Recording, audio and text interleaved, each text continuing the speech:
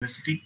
First of all, welcome you all to the workshop on methodology in international relations and related social sciences organized by Jadavpur Association of International Relations. This lecture focuses on the analysis of texts by Dr. Parthopratim Bosu. Dr. Bosu needs no introduction as he is so well known to all of us. Professor Bose received his PhD in political science from the University of Calcutta. Presently, he is a professor of international relations in Jadavpur University. He has also served as a departmental chair, director of School of Media, Communication and Culture, and coordinator of PG Diploma course on social rights at Jadavpur University. His publications include Press and Foreign Policy in India, North-South Relations, a post-colonial research agenda, revisiting Rammohn Roy's political agenda, democracy in 21st century, locating cultural change, and apart from several books and chapters and articles, he contributed to the edited volumes and national international journals. So without further delay, we should start our session. Sir is with us. Over to you, sir. Thank you. Thank you, Ankun. Am I audible? Yes, sir. Yes, sir. Yes, sir. Yes, sir. Yes, sir. Okay. Thanks for the kind introduction. So let's now come to the topic. I think we have already been introduced some of the topics by now. So as my topic has already been mentioned, that is textual analysis or analysis of texts. So let me begin by briefly defining or describing what we understand by analysis of texts. Very simply put, this means making sense of any text to call out its meaning or the intent behind particular text. Now, obviously, the second thing that comes up is that what are texts? We all have some ideas about texts, no doubt. And texts basically refer to, as we know, written texts, written words, written messages. And from that angle, we can have texts of various kinds.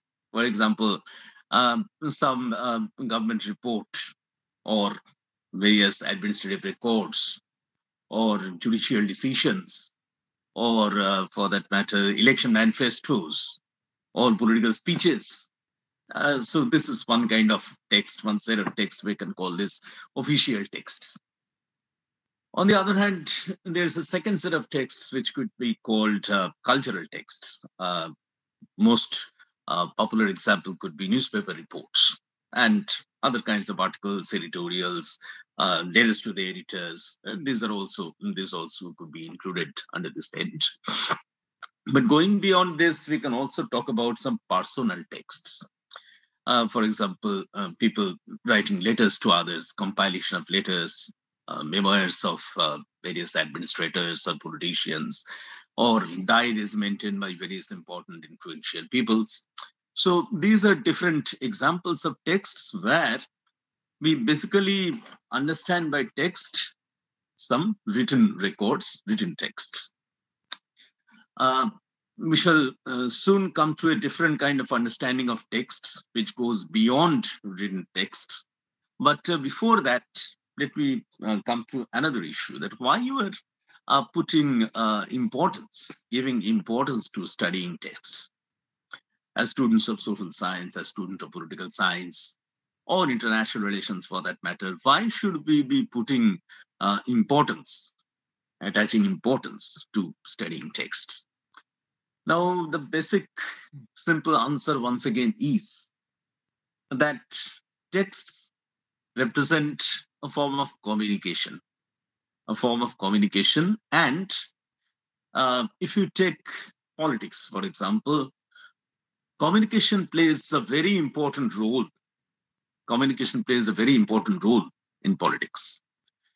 For example, as students of political science, we often study texts on political thought, from Plato, Aristotle to Gandhi and Ambedkar. We have a huge lot of texts we have to go through. But going beyond this kind of texts, which are called textbooks, in fact, at times, uh, if you look at practical politics, the applied politics, the politics we observe in our everyday life, we find there are various kinds of texts which remain very, very integral to this kind of politics. Political speeches, for example, speeches made by political leaders, or you look at election campaigns, you have um, uh, campaign manifestos released by various political parties. You have posters, you have slogans, you have media reports, all these kinds of things. Now, all these things remain very, very germane to politics as we see it. So it's not simply a question of some very important political thinker writing something, communicating something, sending a message to the future students of political science or practitioners of politics. Even if you look at everyday politics, you will find that communication remains a very important element of politics, and communication is very much connected with. It comes through language. It comes in the form of text, in various forms of texts. So, to take an example, very recent example, yesterday we know that the results had come out of several assembly elections in northeastern India, and we have seen that the BJP has done very well. Of course, there's been variations, but overall BJP's performance was quite up to the mark, at least as far as the party spokespersons are concerned. And in this context, our Prime Minister made a very important comment, very interesting and very attractive comment. And this is an example why this communication, the way you, say things, put things before your audience. He said, we have noted that there are some people, there are some critics who all the while they say that Modi marja. But here you are the people, when I come to you, I always find that you say Modi marja. So one set of people, they're arguing that Modi go to hell. Another set of people, the popular, the electorate, they always say Modi don't go. So now this is just one example how a particular, piece of thought could be very effectively communicated through language. So this is an example of communication, and this could be treated as a text, a piece of text. It could be analyzed as a piece of text. It could be understood as a piece of text. That what kind of implication is had for Indian politics, contemporary Indian politics. So this is simply put why we are interested in texts. Text is all about communication. On the other hand, politics is also largely about communication. So naturally, our interest in politics also leads us or generates our interest in texts as well. Now, I was referring to something else. That is, so far we have identified texts in the conventional way, defined texts in the conventional way in terms of written records, written documents, various kinds. However, there is a different understanding, a more complicated understanding of text. And this is associated with a school of philosophy, which is known as hermeneutics. Now, hermeneutics, according to the hermeneutic scholars, now hermeneutics basically implies interpretation. Hermeneutic scholars are interested in interpreting things. Now, originally, hermeneutics it originated as a kind of discipline, as a kind of as a technique of understanding, analyzing, interpreting religious texts. That was how it came into being. But today, hermeneutic scholars are interested in interpreting all kinds of texts, any kinds of texts. Not only, and this is the important thing, they are not only interested in written documents, but they are interested in everything, any object that can be treated as a text and can be subjected to an interpretation. To take very simple examples, you can include film, you can include videos, where we often come across viral videos. And in fact, they often go viral on social media, and that way social media has become such a very interesting and very intriguing part of politics these days. Or for that matter, you can look at cartoons, you can look at photos, you can look at advertisements. Uh, so in all these things, going beyond simple written documents, all these things could be included under the definition, under the rubric of texts. So this is one important way the hermeneutic scholars have extended the meanings of text. So going beyond written records, you can include so many other kinds of things which can be read, which can be understood, which can be interpreted in the manner of text. But this is not the end of it all. They take us another step ahead. And they argue that if you look at the behavior of human beings, if you look at human actions, human behavior, this could also be read as texts. Because human behavior, we know that on the one hand, human behavior is often motivated by various kinds of meanings. Human behavior always implies some kind of intentions. This is one side. On the other side, human behavior at times becomes somewhat enigmatic, somewhat difficult to understand. So it calls for an interpretation. That what is the particular motive lying behind a particular action? What is the particular motive lying behind a particular utterance? For example, the quotation, the citation we have given from the Prime Minister's speech yesterday. So what exactly is the meaning? What exactly is the intention of saying this particular thing at this particular juncture? Who is saying to whom and why?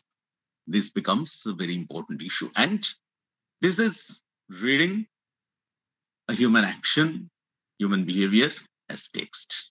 This is something open to interpretation.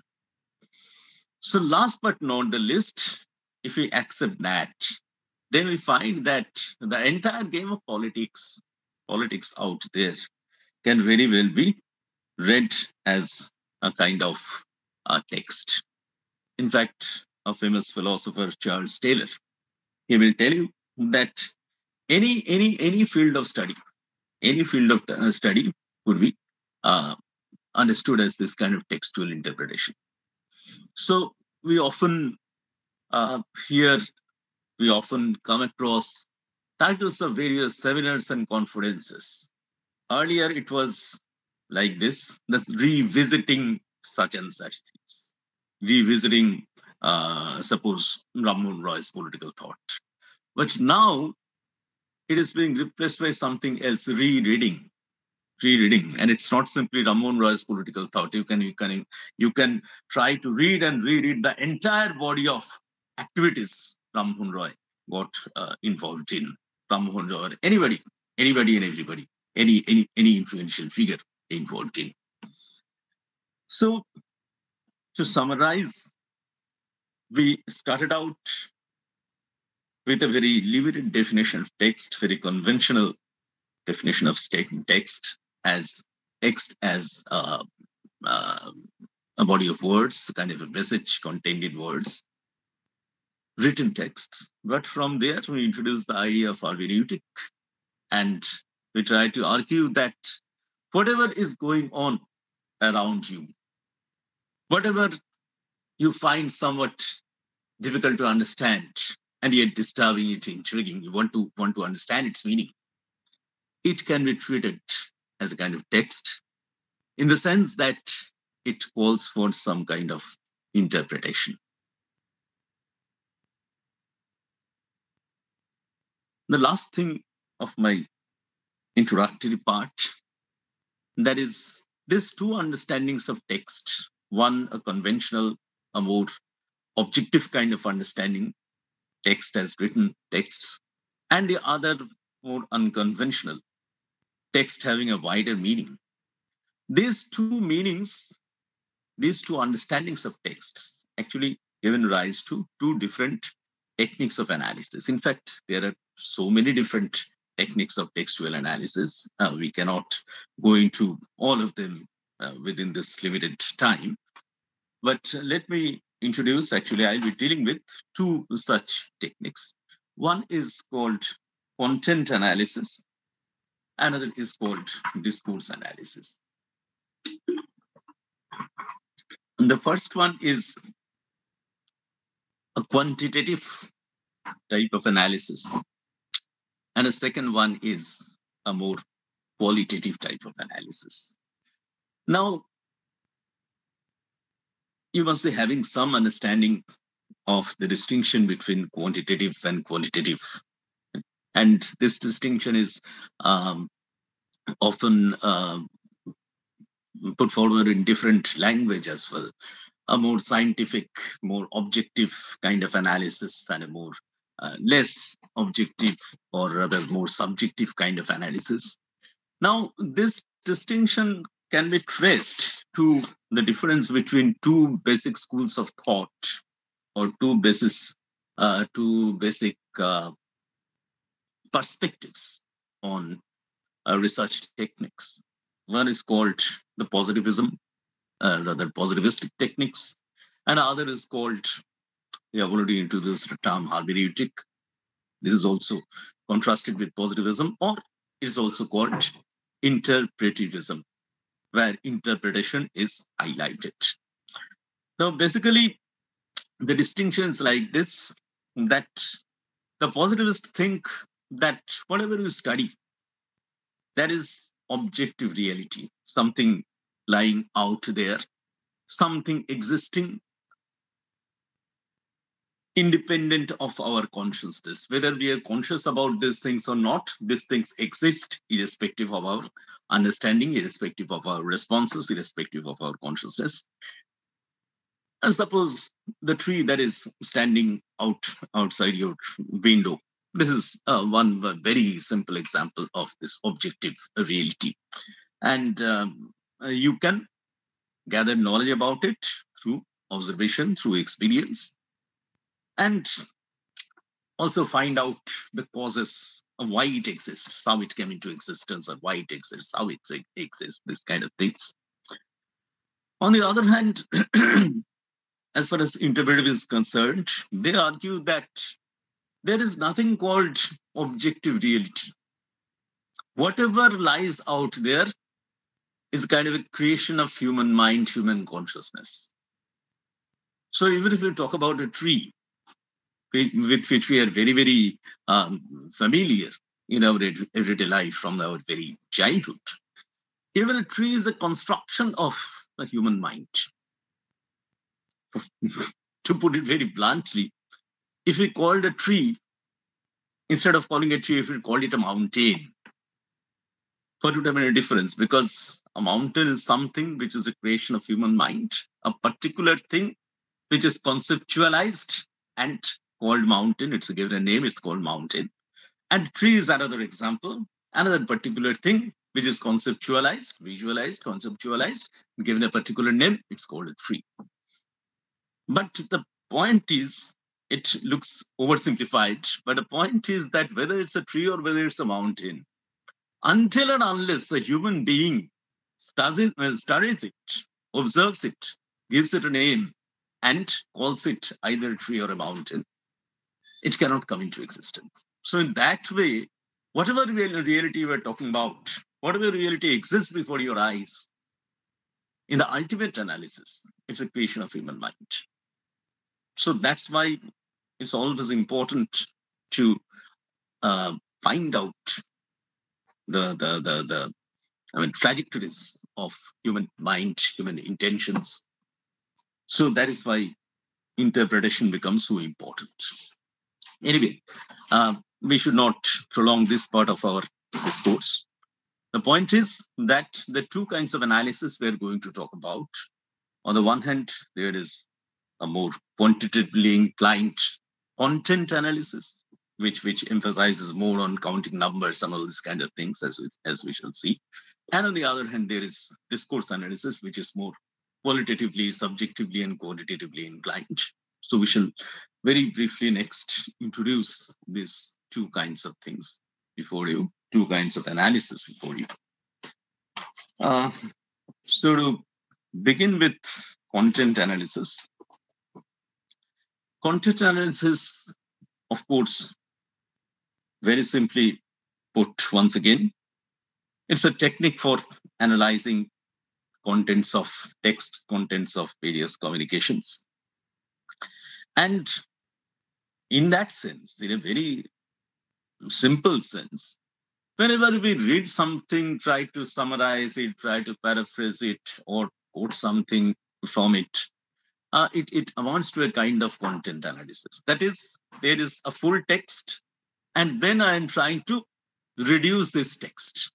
I'm trying to reduce this text. I'm trying to condense this text in various ways. I'm quoting certain parts, ignoring the rest. That's one way of doing this. I'm trying to summarize it. I'm trying to, retell the contents in my own way. That's also one way of content analysis. But when we are talking about content analysis, this is a particular kind of technique, a more scientifically, objectively oriented technique. And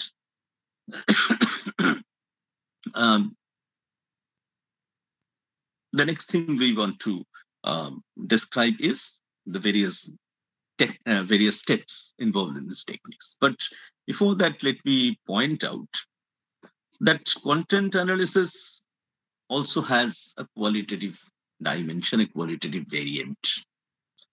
Content analysis also has qualitative variant. You can talk about quantitative content analysis. We can talk about qualitative content analysis. We shall briefly refer to qualitative content analysis when we move away from content analysis to discourse analysis, because we shall argue that when we talk about qualitative content analysis, we move closer to what we call discourse analysis. Of course, discourse analysis is different, no doubt, from qualitative content analysis, but it can be used as a kind of bridge between these two kinds of techniques, two techniques of analyzing text. Now, if you look at content analysis as a quantitative technique of textual analysis, we begin with a very basic definition of content analysis. This has been offered by one of the earliest serious scholars on content analysis. He wrote a book, his name was Bernard Berelson, and he wrote a book with the same title, Content Analysis, going back to the 1950s. Now here, he defines content analysis as an objective, systematic, and quantitative description of manifest content of communication. So it's a very simple, very pithy, very precise definition, but each of these words is very, very significant. It is objective, systematic, and quantitative description of the manifest content of communication. I'll begin with the last, manifest content of communication. We shall come to our more familiar words, objective, systematic, and quantitative. But what is manifest content? Berelson will tell you that manifest content lies just under the surface of the communication, which is very easily observable. For example, if you want to look at a particular newspaper editorial or a newspaper, feature, a news story, it's between something dealing with China, for example. You will be interested to learn that how this particular story or how this particular editorial views China. So one way of doing that, finding that answer to this question, will be to find out the words which are favorable to China and words which are unfavorable to China, which poses China in a positive light and which poses China in a negative light. How many times the positive words are used and how many times the negative words are used. So this is how a content analyst will approach the manifest content of a particular piece of communication and its preparatory tutorial in this sense. Just to take another kind of example, difference, the way we can put the difference between manifest content and uh, non-manifest or rather latent content. If you look at a series of advertisements which shows a woman as a principal character, you find out what kind of things a woman is doing, what kind of work a woman is doing, different kinds of works maybe. For example, she's getting her children ready for school in the morning. She's catering to the needs of her husband. She's catering to the needs of the elderly people in the family. She's looking after the family budget. She's taking care of the shopping and all these kinds of things. Now here, if you all these are examples of manifest content. What the woman is doing, you can very well observe and you can very well record that, yes, in the morning she is doing this, in the afternoon she is doing that, things like this. But if you go beyond this manifest content and try to capture the latent content, you will find that this is a particular way of portraying a woman, a particular way of portraying womanly jobs, womanly things, a way of developing a stereotype of women that women do certain kinds of things. Women do certain kinds of things. And this is what defines a woman. This is how you understand woman. This is how you understand the role of woman in society, in family, in the household. Alternatively, you can put the woman in a different way. For example, yes, the woman is cooking, the woman is taking care of his family members, but at the same time, she is also going out. She is attending office jobs. She's making. She's participating in a kind of political movement. She's a part of a particular demonstration or a particular petition submitting. A part of the act of submitting a petition to particular administrative officials. So here you have a different kind of portrayal of woman. Once again, you have a series of activities the woman is engaging in. But here, the message is somewhat different. The latent content is somewhat different. That woman is not only confined to the household, but the woman is also combining two kinds of things.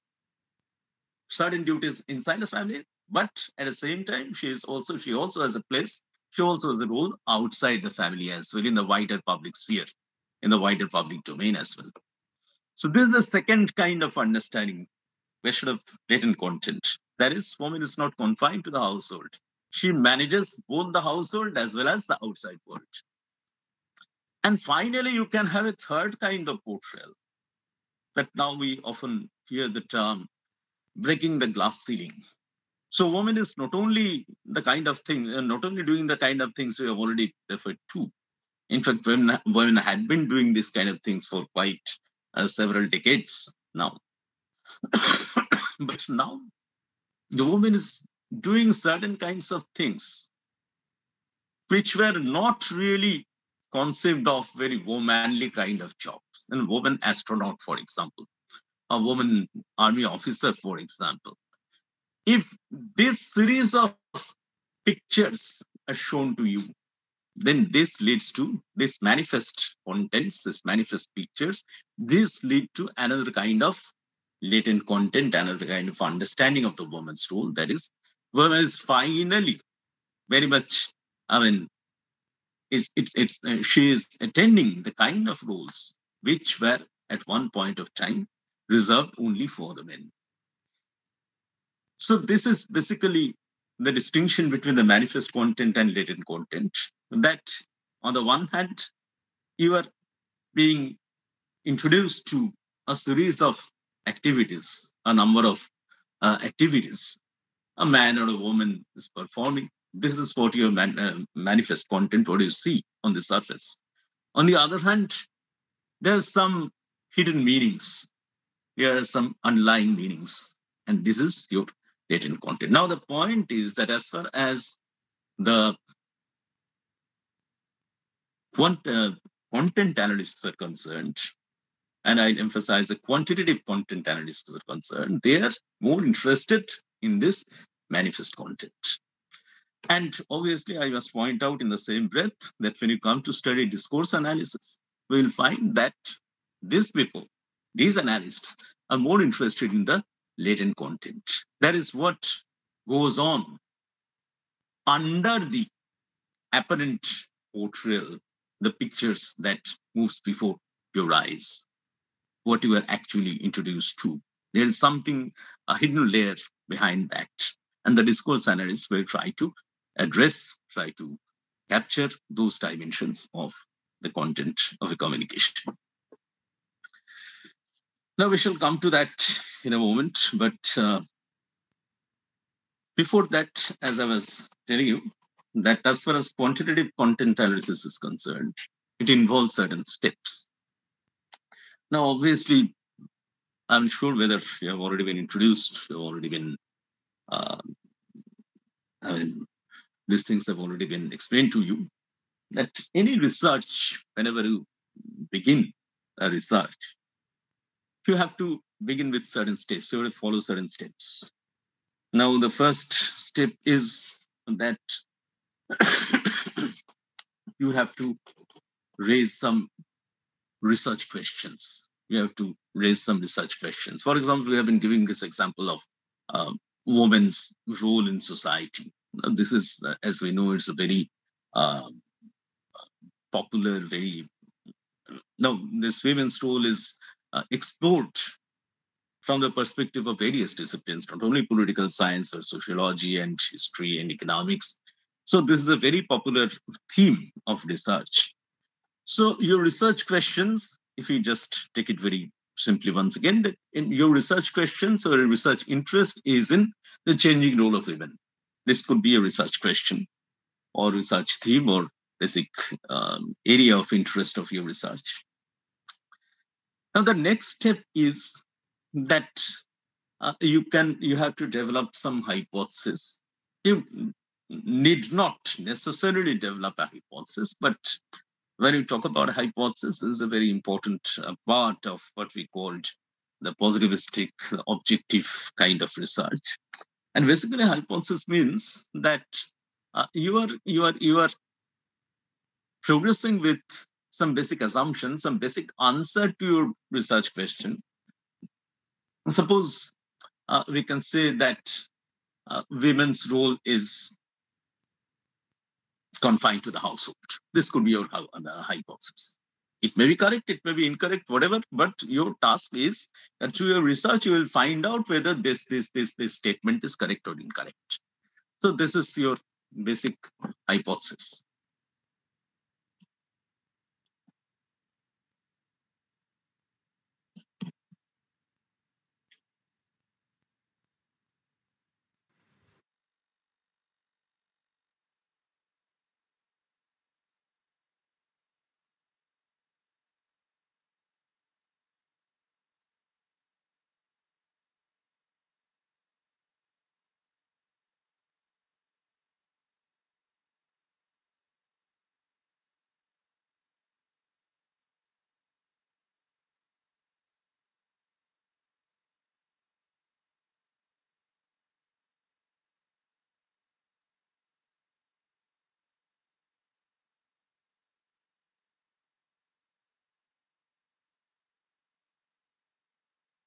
Sorry, am I audible? Yes, sir. Yes, sir. Okay, sorry. So I was talking about a hypothesis, and then let us come to the third issue in a research. That is, after you develop a research question and develop your hypothesis, then you have to find out the material, what we call the data, on the basis of which you will answer your questions. For example, you're studying, you propose to study the role of women with reference to newspapers or other kinds of media. So in that case, whether you propose to select a number of newspapers They could be women's magazines as well. Or for that matter, you can look at a particular series of television serials, television soaps and serials. We can try to look at women's role, how women's role is being portrayed in the serials or in these newspapers. So this is the third thing we have to take a decision about, that what will be the data with reference to which you'll try to find answers to your questions. Obviously, you cannot go on collecting data. You have to develop samples if they are television channels, if they are newspapers, if they are magazines. You have to select a few. This is known as sampling, that I've chosen 5, 6, 7, 8 samples of newspapers or magazines or television channels or films or whatever. So now you are ready to apply your content analysis here. We have a sample of your the material with reference to which you are trying to find answer to your questions. And now you ask basically 3 things, or other content analysts basically ask 3 things or basically engage in 3 things. The first thing is that you have to identify that what we are going to look at these texts, why even we are going to look at these texts. The answer we have already made available to you, that is, we are going to look at these texts from the point of view of how they portray the role of women. But you can look at the same set of text for other kinds of things. For example, you want to understand how popular a political leader remains halfway through his or her term. For example, prime minister, chief minister, they have a 5-year term. On the around 2-3 years, what's the popular perception about their performance? This could also be an alternative question for you. Now, the first step in your content analysis is that to define categories or topics of interest that you are going to search for in your material. So this we have already noted. The second thing is that where are you going to find out your topic of interest, whether you're interested in women's role, socio-political role, or whether you're interested in the popularity of a leader. For example, if you are looking at newspapers, you can choose what is called your recording unit. Are you taking into consideration each paragraph of a particular article? Are you taking into account all kinds of articles, all kinds of features, all kinds of news stories, or you were taking interest only in the editorials? Or for that matter, this is something which has almost gone out of fashion these days. In earlier times, there were letters to the editor. So going beyond looking at editorials, what the editorial has to say about something, you could also be interested in studying how the readers, how the consumers, how they are reacting to whatever is dished out in the editorials. So your interest could be the letters to the editors as well. And then again, as I was trying to explain, that when you look at an editorial or if you look at an letter to the editor, are you interested in every paragraph? That is, you will be studying every paragraph to find out what does it have to say about whether it's about women's role or whether about a politician's performance. Or you'll go for a more micro unit. That is, you look at every sentence, going beyond a paragraph to make your study more scientific, more objective.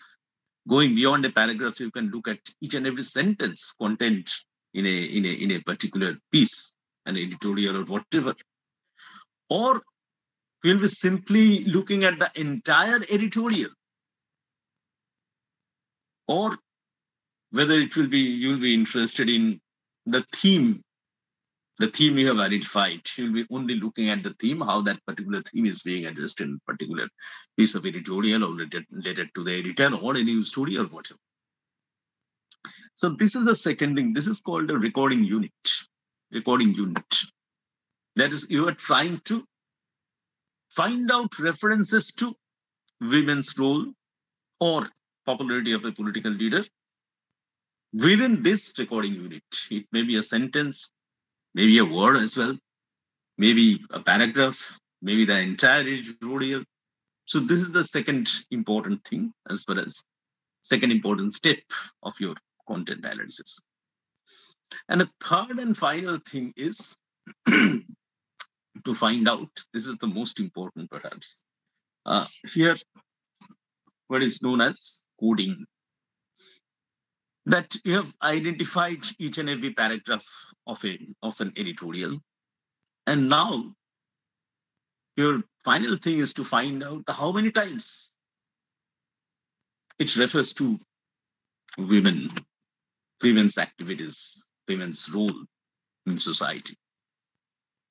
And coding basically means that if there are 3 references, you convert it into numbers, you put 3 against it. That para 1, editorial 1, para 1, you put against it 3 references to women. So this is how you virtually convert an editorial, a body of words, a set of words, into a set of numbers.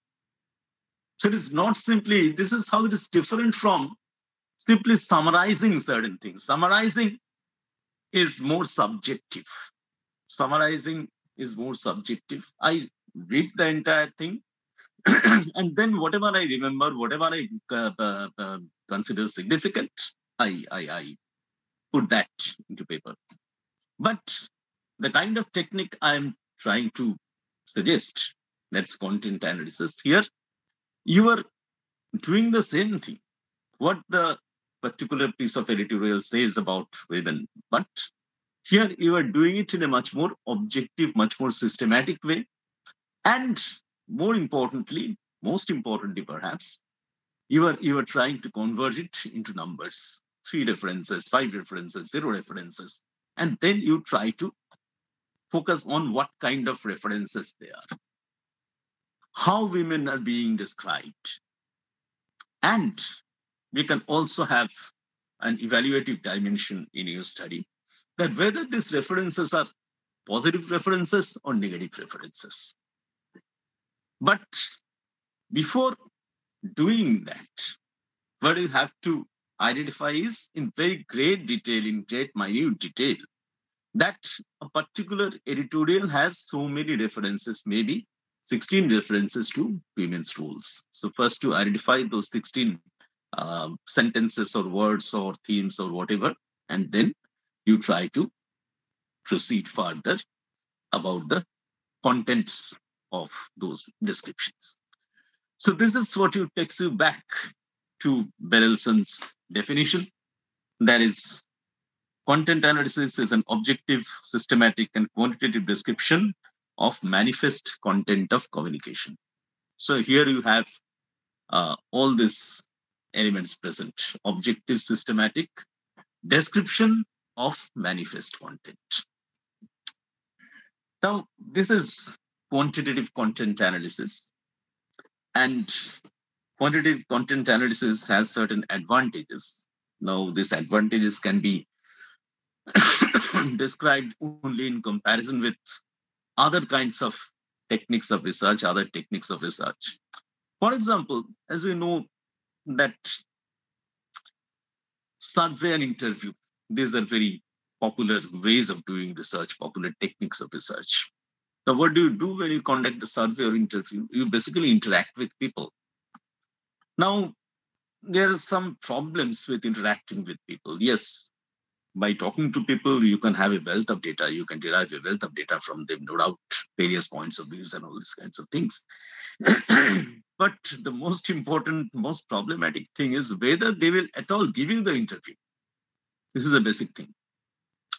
And whether they will take your interview seriously, or they will participate in a very casual way.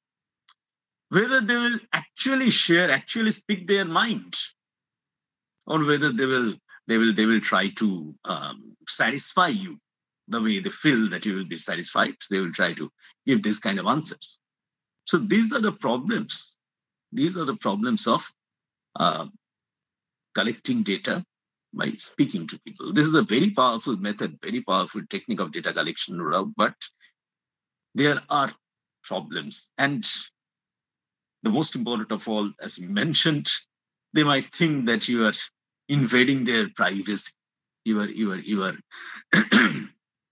intruding in their personal lives, and taking away their time and all these kinds of things. Now, as far as content analysis or rather textual analysis is concerned, this is the most important advantage. This is the most important advantage. On the one hand, the texts are always available. The texts are always available, and the texts don't react. The texts don't react. That I can't give you time. So the texts are available. It's only for you to make make yourself available, make your time to read these texts and consult these texts and find out the kind of things you want to know from them, learn from them, derive from them. But on the other hand, and this is the problem with quantitative content analysis, this is a problem with simply looking at surface communication. That is, communication that lies immediately beneath the surface of the communication content. It doesn't take you very deep. For example, you are simply counting some references, what an editorial says about women or political leaders or whatever.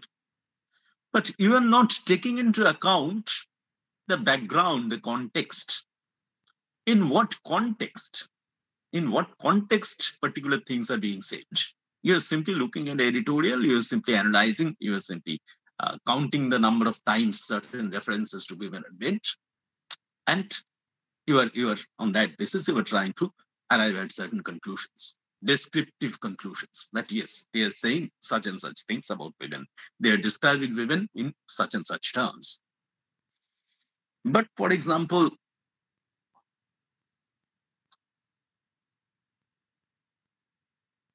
descriptions about women to be found in newspapers or the media or popular culture, it evolves over time. Or even in the same time period, we often know, we often talk about different kinds of ideological biases shared by different kinds of media, different newspapers, different television channels, and all these kinds of things. Now, until and unless you take into account these differences, that simple descriptions, the descriptions might vary from paper A to paper B, from channel A to channel B. But why this variation is taking place? You cannot explain that until and unless you take into account the context within which the description is being offered. So this is what the qualitative content analysts, they want to emphasize, that it is definitely important to identify, very objectively identify what the newspaper has to talk about, has to say about women. But when you encounter different newspapers, or when you encounter newspapers from different time periods, say one from 10 years back and one from, contemporary times, until and unless you take into account this difference, that the time difference, the conclusions you arrive at, they certainly lose their meanings in a major way, or at least you cannot learn the whole gamut of things about how newspapers perceive even until around this, you take into account this background variations. So from here we come to our second technique, that is discourse analysis.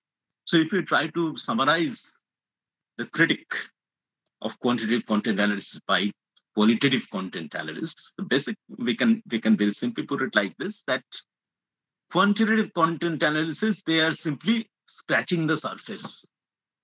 It does not contain very in-depth kind of analysis. It lacks depth. So with this message, we move on to the second type of analysis. Of course, discourse analysis is not simply about adding depth to your analysis. This means a lot more, but we just took this criticism of quantitative analysis by qualitative analysts as our starting point. Now, discourse analysis, first and foremost, is a qualitative approach to analyzing textual data, analyzing texts. And once again, let us recall that we mentioned at the very beginning that textual analysis is becoming popular because the close connection between politics, communication, and language, this has become very, very, this is becoming very, very visible as time passes. And discourse analysis basically tries to unravel that how all our political concepts and ideas on one hand, and political institutions, political behavior on the other hand, they can not only be read as texts, but how they are loaded with various kinds of assumptions. This is the most important thing. How they are loaded with various kinds of assumptions. How they reflect, how they are guided by various kinds of discourses. I'll come to the word discourse, greater,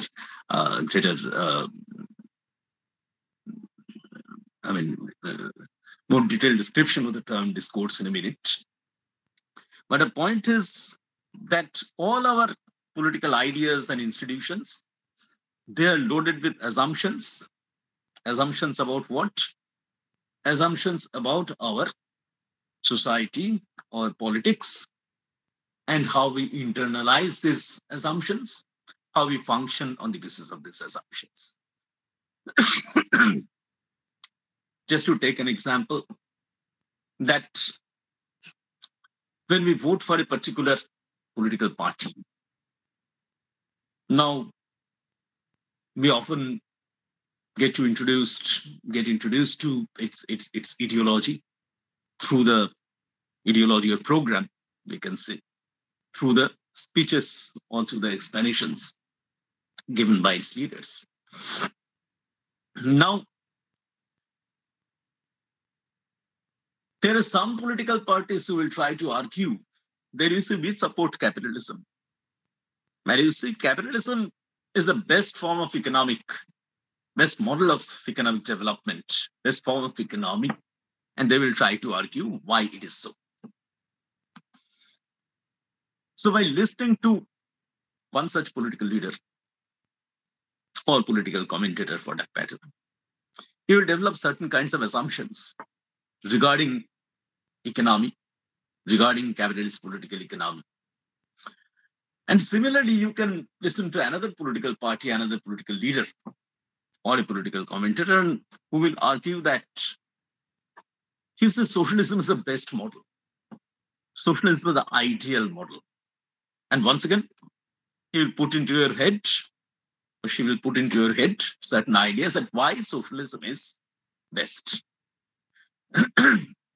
Now, the problem is that if you listen to either leader A or leader B, you'll find that whatever they are saying, so skillful, communicator they are, they'll try to, you'll be inclined to believe that whatever they're saying, that's the perfect thing. This can be uh, anything different. Now, the point is that they're talking about the same thing, the economy, say Indian economy. In the context of Indian economy, they're eulogizing capitalism or eulogizing socialism or eulogizing a mixed economy or whatever. The thing is that they're giving you different versions of the same reality. They are giving you different versions of the same reality. And depending on their communication skills, depending on their performances, you will be uh, inclined to believe that whatever they are offering you, that's the best. To take one example uh, from our contemporary political debates, in the 1950s, 60s, and 70s, it was felt in India in general that India could be nothing but a secular state, and this secularism will be a Nehruvian kind of secularism. The state maintaining this distance from equal distance from each and every religion, and a state treating every religion in the same way. But from 1980s onwards, we find that this particular understanding, this particular discourse, if you like, this particular depiction of the Indian political reality or a particular slice of Indian political reality, how we look at the relationship between religion and politics, this particular version was being challenged. And it was argued that whatever you say in theory, in practice, this doesn't happen. So therefore, the whole idea of secularism, or for that matter, Nehruvian secularism, has to be opened up to questions. It has to be rewritten. An alternative was provided by the BJP, RSS, and Sangh Parivar. The point is that they don't really talk about converting India into a Hindu Rashtra. Yes, there are fringe elements, no doubt. They definitely talk about this, use this kind of language. Yes, it might be that people higher up, some of them might also aspire for this kind of change. But as far as the official version is concerned, they never talk about converting India into a Hindu Rashtra or a theocratic state. They basically emphasize that we are offering a different version of secularism. So this is the point, that you are looking at the same reality, the question of secularism and the Indian context. But you are offered two different understandings, two different discourses about secularism. So this is what discourse analysis is all about. It tells you that whenever you act politically, to take the simplest of all political acts, that is when you vote for certain political parties, you are animated by these different discourses, whether about the economy, whether about secularism, whether about social stratification or whatever. So your political activities are very much influenced by these assumptions you carry about what you call a political reality. So as discourse analyst, it's your task to go to the roots of these assumptions, how these assumptions develop, how these assumptions are disseminated throughout the society, how they come to influence the voters or political actors. In fact, not only the voters, on the other side, there are the political class. There is a political class as well. So all of them, they are influenced by these discourses. And we shall argue that all of them also contribute towards either forming these discourses, upholding these discourses, or challenging these discourses and demolishing these discourses. So this is what politics is basically all about. This is how discourse analysts will present a picture of the political world. Political world, which consists of political views, political ideas, and political behavior, political action. Now, let's not come to 2-3 things about discourse analysis. First, we shall talk about some of the very important influences on discourse analysis. We must talk about 2 very important philosophers. You may be familiar with their names by now, but we shall briefly talk about their contributions. Secondly, we shall talk about the basic assumptions of discourse analysis.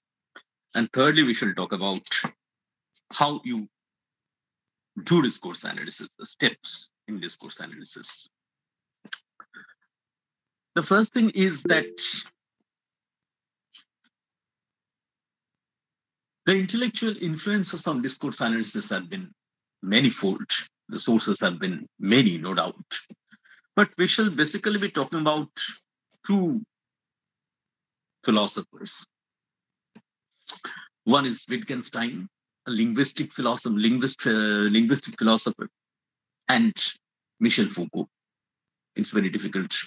Yes, his work has a linguistic dimension, no doubt, but it has so many other dimensions. It's very difficult to, brand him that way. That's not very important for us. But in a very pointed manner, let's highlight some of the things they have. They will tell you, which played a major role in the development of discourse analysis. As far as Wittgenstein was concerned, he argued that language is no abstract system. Language does not simply reflect reality. Language creates reality. Language is very, very active. It is through language reality is created. If you remember, when we introduced hermeneutics, we argued that reality is the creation of human mind. Reality is not independent of human mind, human consciousness. Reality is product of human consciousness.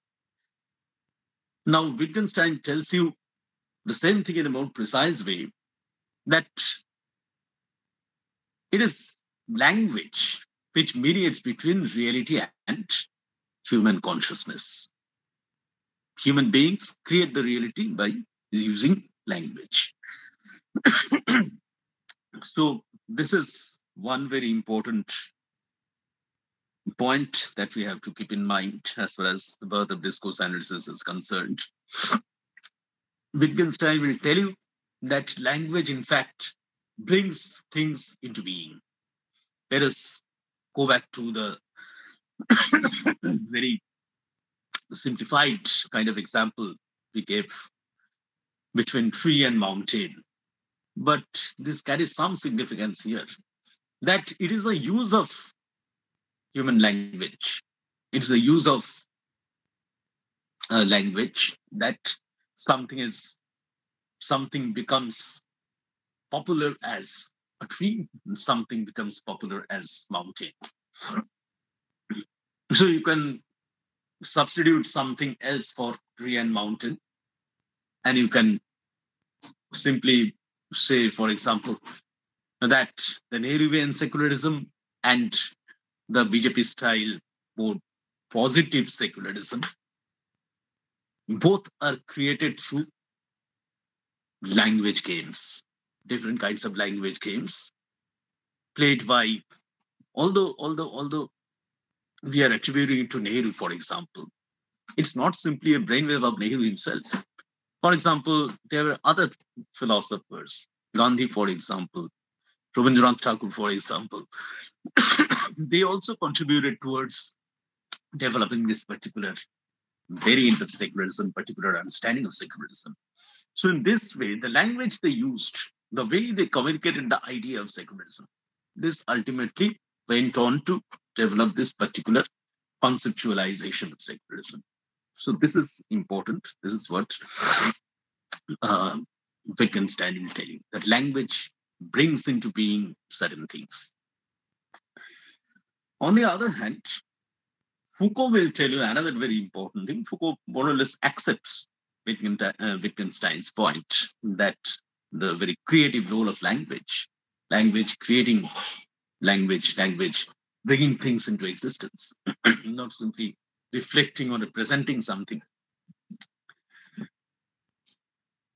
Foucault argues that this use of language through which you create certain versions of things, certain versions of reality, this process is very much embedded in power relations.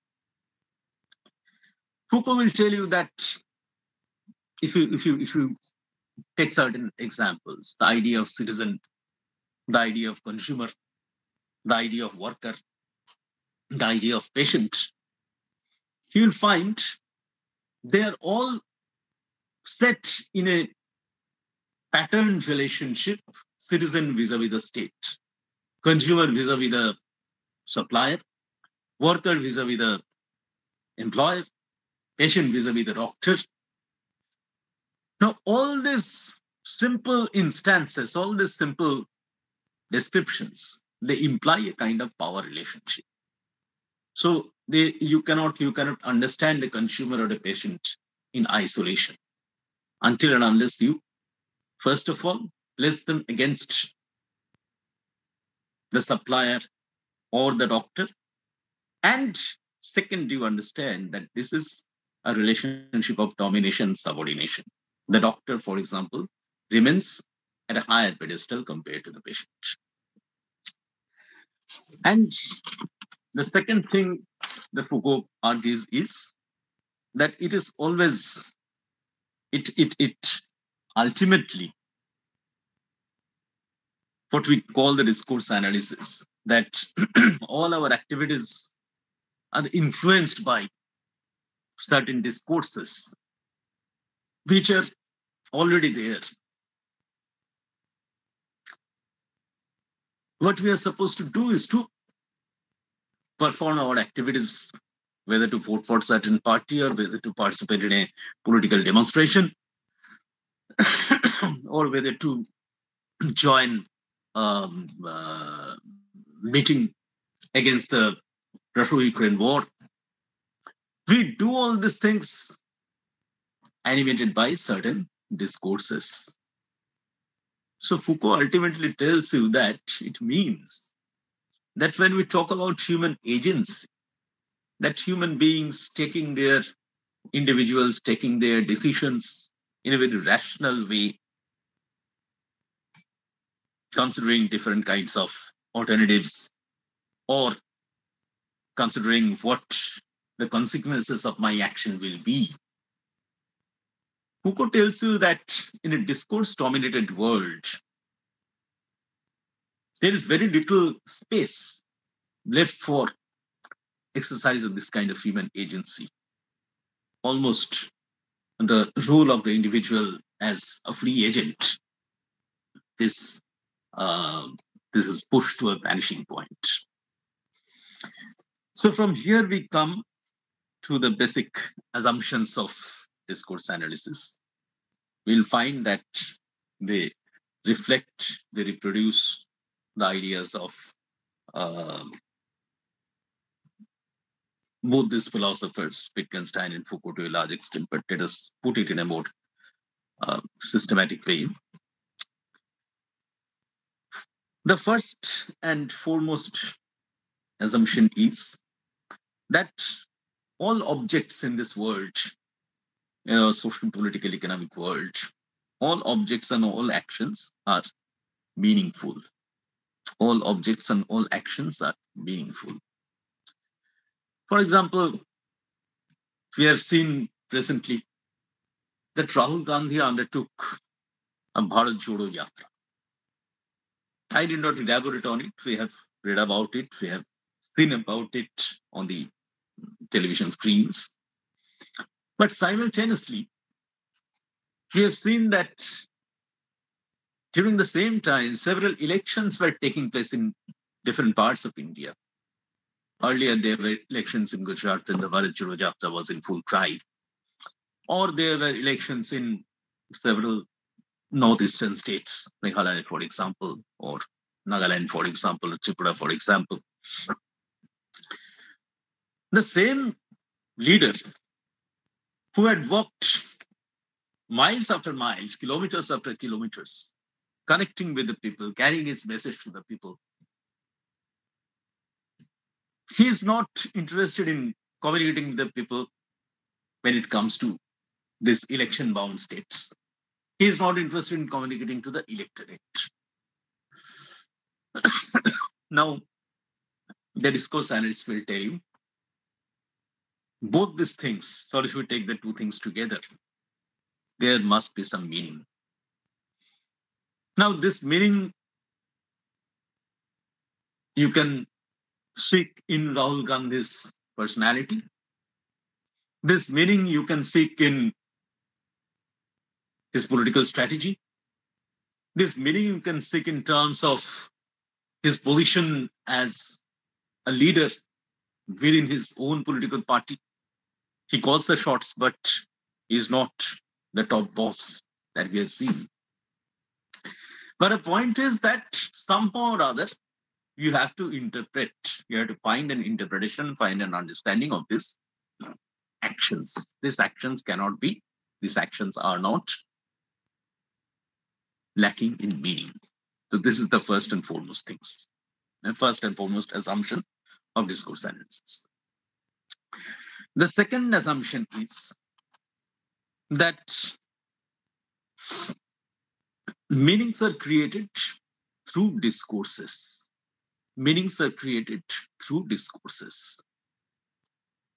Now, obviously, the way a congressperson will explain why Rahul did this and did not do that, and a leftist leader or leftist voter will explain, will attribute meaning to Rahul Gandhi's activities, not to talk of the BJP people.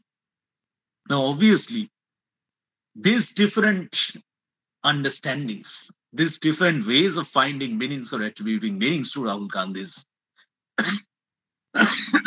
words and actions, they are rooted in different kinds of discourses. A BJP discourse, a CPIM discourse, or a Congress discourse. So how do we define discourse? This is important. We should develop a very simple understanding of discourse. Discourse can be defined as a particular way of portraying or understanding society, or some of its parts, some of its aspects.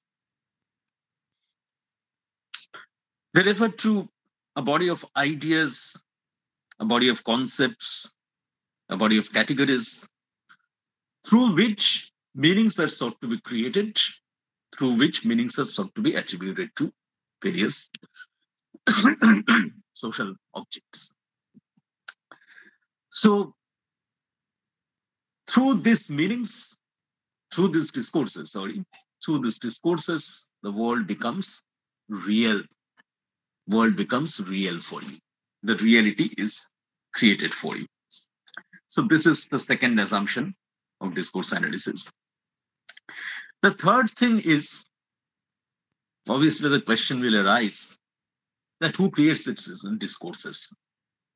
Are discourses created by individuals? Rahul Gandhi or Modi or Sitaram Yechuri or this person or that person, Nehru or Gandhi or something else. The third thing to understand is that the discourses are very much embedded in social institutions. For example, we talked about a CPIM discourse, a BJP discourse, a Congress discourse. So these are political institutions, political parties who represent different kinds of discourses. So this is very important. Earlier, we have been talking about the meanings we have about various things around us. They are very much rooted in power relationships, doctor-patient relationship, for example. Now, where do you find this doctor-patient relationship? Once again, it is embedded in the health-related institutions. So this is a third important thing, that discourses are not products of individuals. Discourses are a collective product. Discourses are a collective product, as we mentioned earlier also. That even we as ordinary people, we also contribute towards upholding or demolishing various discourses. For example, when the Indian people voted out Indira Gandhi's Congress government in 1977, after the infamous national emergency of 1975-1977, they simply demolished, if we can put it like that, they simply demolished the kind of discourse Indira Gandhi was putting forward to rule with an iron hand manner. This discourse was simply demolished by a counter discourse, which was accounted for Congress's or Indira Gandhi government's trashing in the 1977 Lok Sabha elections. Now, this brings us to another assumption, that is, there are discourses and counter discourses. There are discourses and counter discourses. Yes, on the one hand, there are very, very fully developed kind of discourses which influences many minds, billions of minds. That's true. But on the other hand, there are people, there are institutions, there are political parties, for example, who don't accept these dominant discourses. At one point of time, the Nehru-Bain discourse was dominant discourse. In contemporary times, we find that the anti-Nehru discourse is a dominant discourse. But even in Nehru's times, there were counter discourses. The leftist discourse, for example, or the Hindu Mahasabha discourse, for example. Similarly, in contemporary times also, we find that there are other kinds of discourses. So ultimately, the clash of discourses becomes a power game. Discourse analysis basically seeks to highlight this power game, how different kinds of discourses clash with each other, and what kind of impact it creates upon both the political class as well as the ordinary political actors, the electorate. So on the basis of these assumptions, we can finally come to the last part of our discourse analysis, our description of discourse analysis is how you actually engage in discourse analysis, or what the discourse analysts do, analysts do when they engage in discourse analysis. We have so far talked about two things as far as discourse analysis is concerned. We talked about what discourses are. We talked about the major influences, particularly influence of Wittgenstein and Foucault on the shaping of this particular technique of textual analysis. Thirdly, we have talked about the various major assumptions of discourse analysis. Now, finally, we come to the question of what is involved in discourse analysis. We can argue that a discourse analyst has a task cut out. Basically, two things he or she is interested in. One is that how discourses are developed. How discourses are developed. If you look at a discourse, you'll find whether it's a discourse about society or economy or politics or whatever, you'll find that while developing a discourse, certain aspects are underplayed, certain aspects are highlighted. For example, there's a debate going on that the BJP is becoming, it has become a great admirer of Netaji Subhash Chandra Bose. Now, obviously, BJP's discourse on Subhash Bose, why we should follow his ideals, or what kind of ideals he represents. If you look at that, you will find certain kinds of things are highlighted. I did not repeat. Particularly, for example, we can argue that the way he took to the arms, he gave a call to the arms to his countrymen. That was something the BJP is playing up, because that was very much that went against the Gandhian principle of ahimsa, fighting the national movement through the instrument of ahimsa. Now that aspect BJP is playing up because Gandhi represented a Congress, and BJP, as we know, that the kind of relationship it shares with Congress. But on the other hand, there are critics from Congress or the left. They argue that Subhash Bose's thoughts and actions, they contain certain other aspects as well. And most importantly, Bose was very much intolerant of any kind of communalism. But this aspect of Bose's thought and action, if you like, Bose's political behavior, is being played down. So this is how a discourse is shaped. This is how a discourse is brought into being. Highlighting certain things of the reality and playing down once again certain aspects of reality. In this case, we're talking about Bose's thoughts. So BJP is highlighting certain aspects of Bose's thoughts and playing down, ignoring certain aspects of his ideology.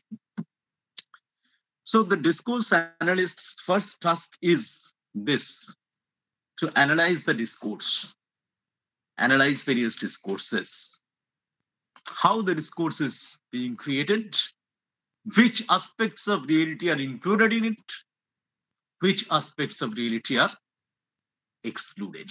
And obviously, there is a question, why? And this will once again take you back to the question of context. Something we found missing in case of quantitative content analysis, and something we argued, without which we cannot develop a very rounded understanding of reality.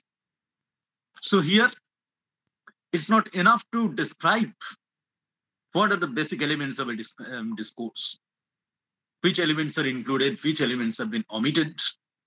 But at the same time, the why question is equally important. On the other hand, there's the second part of the discourse analyst's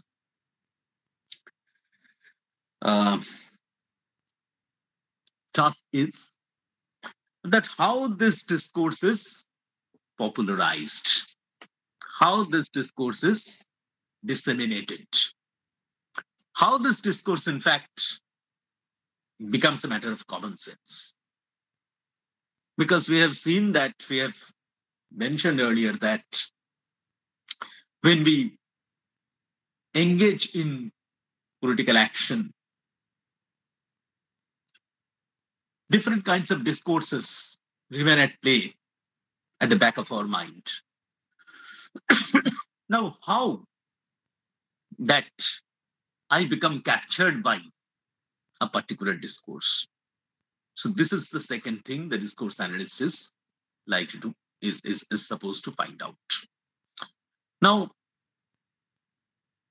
this will lead to the study of a classical communication, I mean, catchword, that who says to whom, how, why, and through what medium. So these questions become important. You have to look at it, and you will find that discourses become popularized by political leaders, by political parties, by the media. Media plays a very important role. But various kinds of civil society organizations, non-governmental organizations, for example,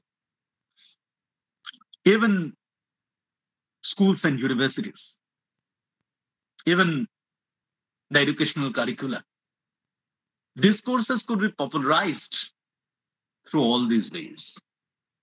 So it's not simply someone sitting at the top and delivering a particular discourse. It's not simply like that. Discourse analysis is, once again, you'll find that it is created as well as it is disseminated in a collective fashion, not in a very centralized way. In fact, this brings you back to Foucault's classical understanding of power. That earlier it was concentration of power, centralization of power, which was a matter of debate. That who is powerful? Someone who can concentrate power in his or her own hands. But Foucault argued that no, if you want to be powerful, in fact, you have to play through various channels. Or to quote Foucault, that there are multiple channels in society. Some are so-called political, some are so-called economic, some are so-called social, some are so-called cultural. Through all these channels, power flows, keeps on flowing. So power is not something very centralized. Power flows through various capillaries. So that way it's comparable to our blood circulation system. The way to various capillaries blood circulates and keeps the overall human being, human health intact. So similarly, in the body of the society, power flows to various capillaries, and as a result of this to and fro circulation, the society ultimately survives or condemned to death. We conclude with two things. One, discourse analysis has a particular variant. It is called critical discourse analysis. It argues that when you try to understand discourses, how they function, how they captivate people, how they undermine people's independent thinking, how they undermine human agency, they argue that discourses are always associated with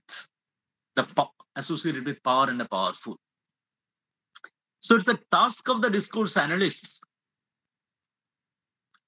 to expose this particular aspect, that how discourses, through a jugglery of words and images, it actually befools and befuddles people. Not only befools and befuddles them, it also amounts to exploiting people. It also subjects them to the control, to the power of the powerful. So they use the term discursive power. Those who are in control of discourses, the dominant discourses, that is, they exercise a kind of soft power, if you like. So this needs to be exposed. Otherwise, those who are exploited, those who are marginalized, they could never be able to stand up and have their say. So this critical discourse analysis, well, it has some kind of parallel between, we have read about the behavioral and post-behavioral movement in the 1950s and 60s. The behavioralists, as we know, that they emphasized on theoretical and empirical study of political behavior. But the post-behavioralists, they argued that it's not enough to study behavior until and unless you can work for political change on the ground. Simply understanding things won't take you anywhere. So they, in other words, they emphasized on the theorist turning into an activist, or at least there must be an activist dimension through theory building. So here also, when we refer to this critical discourse analysts, we'll find that there's a similar development, that if you know that discourses are mechanisms of exercise of power, then you must expose this, and through this exposure, your role as an academic undergoes a kind of change. From an academic, you turn into a kind of activist, an activist for social change. Now we know that there are critics of this particular position, that whether this role of an academic and activist should be combined at all. But that's a different debate. We are not going to enter that. But the point is that discourse analysis does have this kind of an activist dimension. And the last thing, that as far as the critic of discourse analysts are concerned, obviously the positivists remain the most important critic of this kind of analysis of texts. They argue that the entire activity of the discourse analysts, for example, starting out with a number of assumptions, all of which they will definitely not agree with. For example, they will question the very basic assumption that reality is by and large constructed. There is nothing called objective reality. The positivists will question that particular assumption held by the discourse analysts. Similarly, they will argue that discourse analysts do not engage in systematic collection of data, or their way of deriving conclusions from whatever data they deal with. This is very much subjective, and this could very well differ from person to person. So the way we could identify how the quantitative content analysts, they try to summarize things in quantitative terms, very objective and systematic and quantitative terms. Now, these people will definitely not will not definitely appreciate the kind of analysis that discourse analysts engage in. So for them, if from the discourse analyst's point of view, quantitative content analysis lacks depth, from the quantitative content analyst's point of view, discourse analysis indulges in a free flow of, free flight of imagination, if we put it in a very strong way.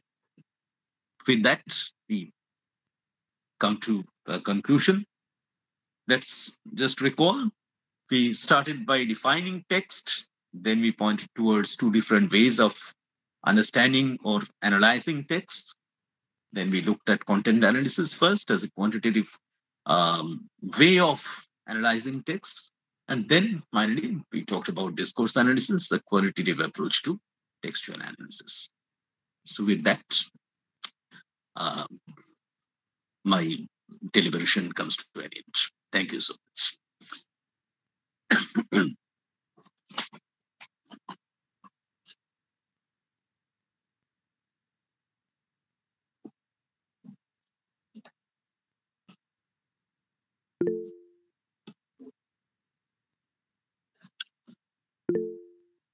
Yes, any questions?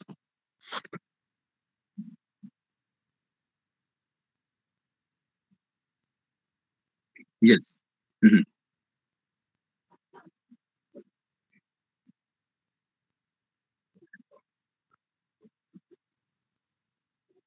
The first assumption. Yes, the first assumption is the basic assumption that is everything in this social world, every social object or political object has a meaning, has a meaning. The example I offered of Rahul Gandhi, that is, that apparently uh, the two acts, a political leader who is not, I mean, these days politics is often defined in terms of winning elections. So a political leader is not interested in addressing election rallies. This is something which calls for an interpretation. There must be some meaning behind it. Similarly, these days, the kind of, Bharat Jodo Yatra, the kind of long walk, which we often associate with Mahatma Gandhi or, for that matter, L.K. Advani.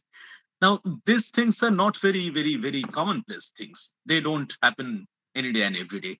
So, this why Rahul Gandhi is undertaking that stress and strain. This also must have some meaning because people are saying well, uh, uh, it could give him some leverage in terms of political connect, popular connect. That's fine, but what kind of impact it will have on electoral prospects of the Congress party, that remains very, very questionable. So this is the point, that whatever appears, whatever is apparently puzzling, there must be some meaning behind it. And it's a task of discourse analysis, obviously, to find out that meaning. Okay. Mhm. Okay. So, excuse me, I have a question. Yes. Is this the last paragraph that you just explained, right, regarding the tasks cut out for the discourse analysts? I couldn't get it. So, could you please repeat the third point once more? Like from discourse analysts' point of view, the content analyst lacks depth, but the content analyst point of view, I kind of missed it. So, could you please repeat Yes. it? The point is that the content analyst, as we have noted, that they emphasize on the objectivity of things. Even when you are undertaking research following a particular technique, you must be very clear about what are the steps: step one, step two, step three, things like that. Now, in case of discourse analysis, the thing is that the way, suppose you are trying to interpret a discourse, that how a discourse has come into existence. Now, your interpretation, I am emphasizing the term interpretation. In fact, we talked about the difference between positivism and interpretivism. There are two terms used by the two sets of scholars. The positivists talk about explanation, and explanation, they argue, is more objective and therefore more authentic. You are explaining something in terms of whatever happened before that. So that way, explanation is more objective, more realistic. But as far as discourse analysis is concerned, interpretation is concerned. Now, your interpretation might not match my interpretation. The question we are raising, for example, regarding Rahul Gandhi, we have said that there are so many interpretations, so many ways people have tried to find out the meanings. So, how can you prove that my meaning, the meaning I have attributed to this gentleman's act, this is the most authentic? What kind of verification, what kind of justification I can put forward for it? there is no answer. Correct. So this is what they call, this discourse analysis is very, very subjective. Everyone can be his or her own discourse analyst. This is the problem from their point of view, from the positivist point of view, of course.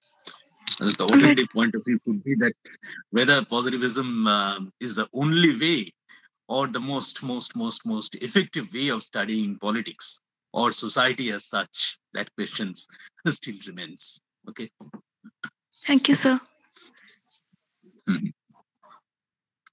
Anyone else? Okay, then if I guess. Mhm.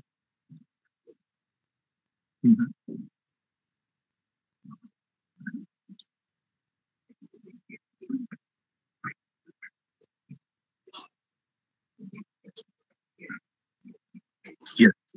Mhm.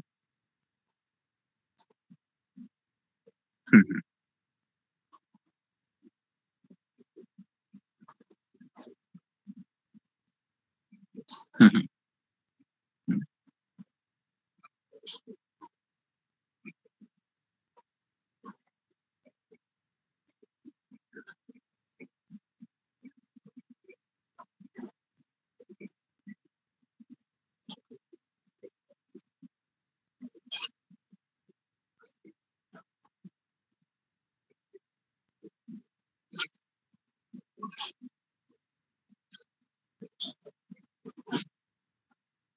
Actually, your question contains the answer.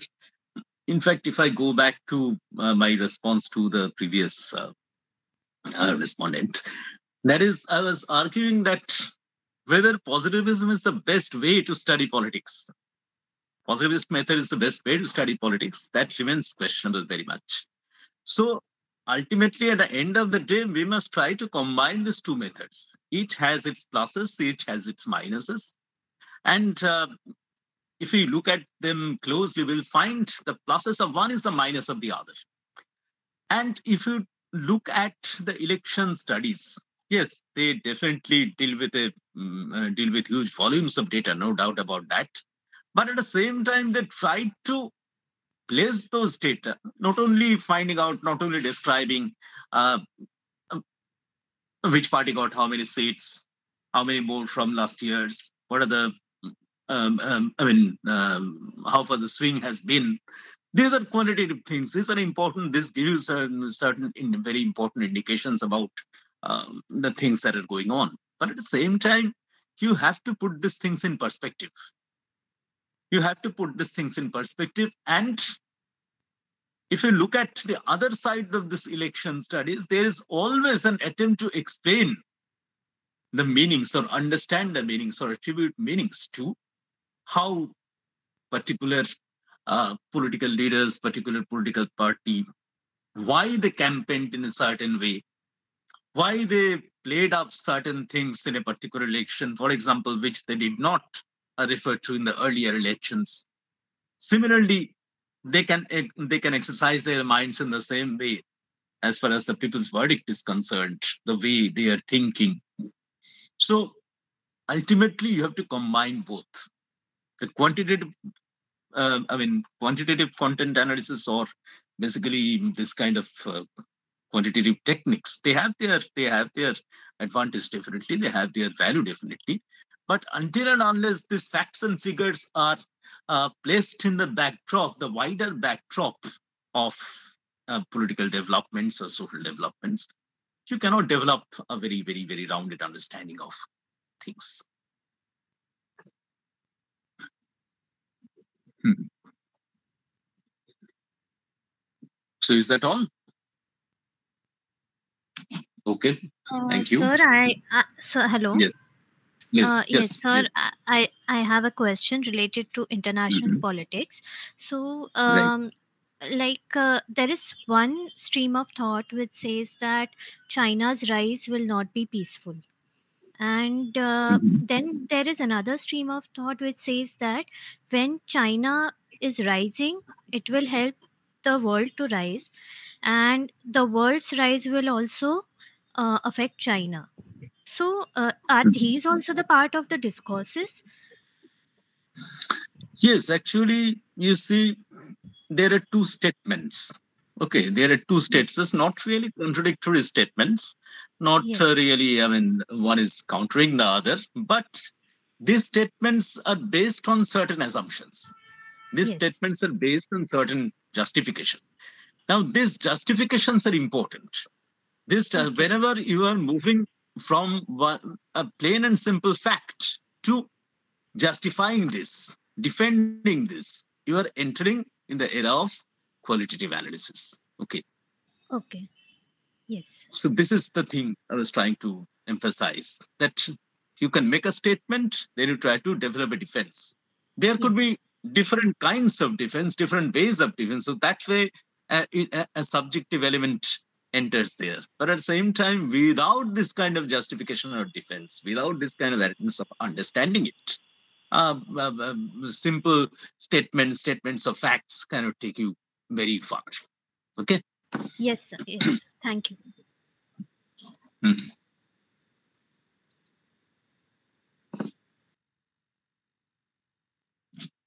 Okay, then. Thank you so much. And Thank you so much, we sir. call This it a day. was illuminating. Okay. Thank you. Bye. Thank you for joining.